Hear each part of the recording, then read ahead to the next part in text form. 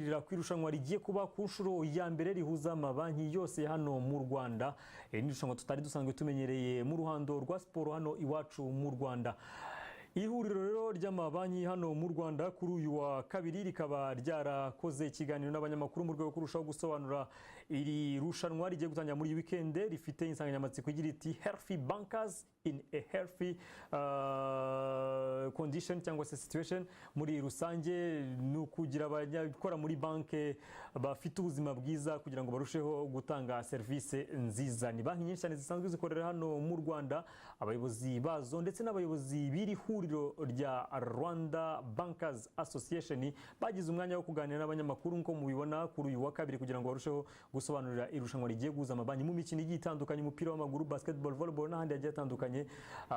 Discipline zigiye zitandukanye, ni volleyball, ni basketball, ni football n'ahandi hose hagiye hatandukanye. Iri rushanwa rero rikaba rizatangira muri iyi weekend. Amakipe y'umupira w'amaguru, amakipe y'umupira wa volleyball, umukino wa volleyball, basketball muri banki zigiye zitandukanye zizaba zesurana. Harimo kandi n'igikorwa cya Run for Fun niko nabyita, kizaba gihurirana n'umunsi wa Car Free Day tumaze kumenyera cyane, usanzwe ku banyakigali dusanzwe tumaze kumenyera cyane, usanzwe uba ku munsi wa nyuma muri weekend ya nyuma y'ukwezi, aho abantu bahura bakiruka bakora siporo muri rusange. Hanyuma rero iri rushanwa reka ibyaryo tubisobanurirwe n'umunyamabanga mukuru w'iri huriro ry'abanyamabanki nyine Rwanda Bankers Association ndetse n'umuyobozi mukuru waryo Dr. Karusisi, akaba asanzwe anakuriye banki ya Kigali. Azitabira iri rushanwa dufite ubundi amabanki ari abanyamuryango ba association ni 17,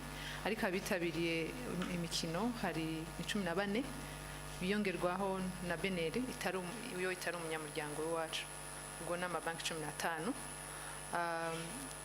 Chairperson yavuze kubyerekanye na Beka, ntabwo nzi uburyo amabanki ari asanzwe abikora, ariko kuba baratuzaniye amatimu byihuse nuko basanzwe bayafite, niko mbyibaza.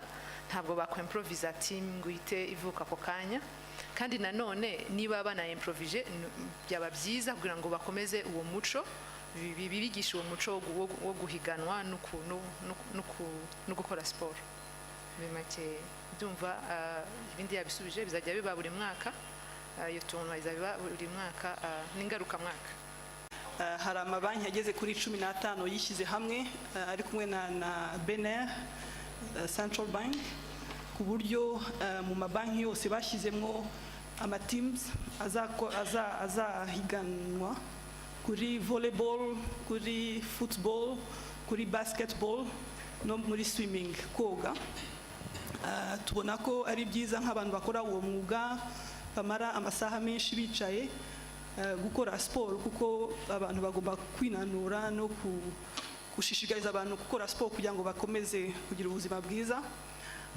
Nanone icyo dushaka ni ukuhuza abantu bacu, kuko abantu benshi bakora umwuga umwe, usanga benshi bataziranye.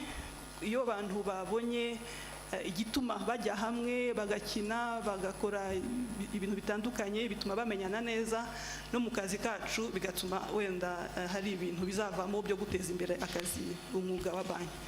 So turashaka gushishikariza abanyarwanda, abantu bose bakora muri media kugira ngo bazabikurikirane, bazabyereka abantu bose ko muri banki ntabwo turi kubara amafaranga gusa, hari n'abantu muri banki bazi gukina, hari abantu b'abahanga cyane cyane ndavugira Beka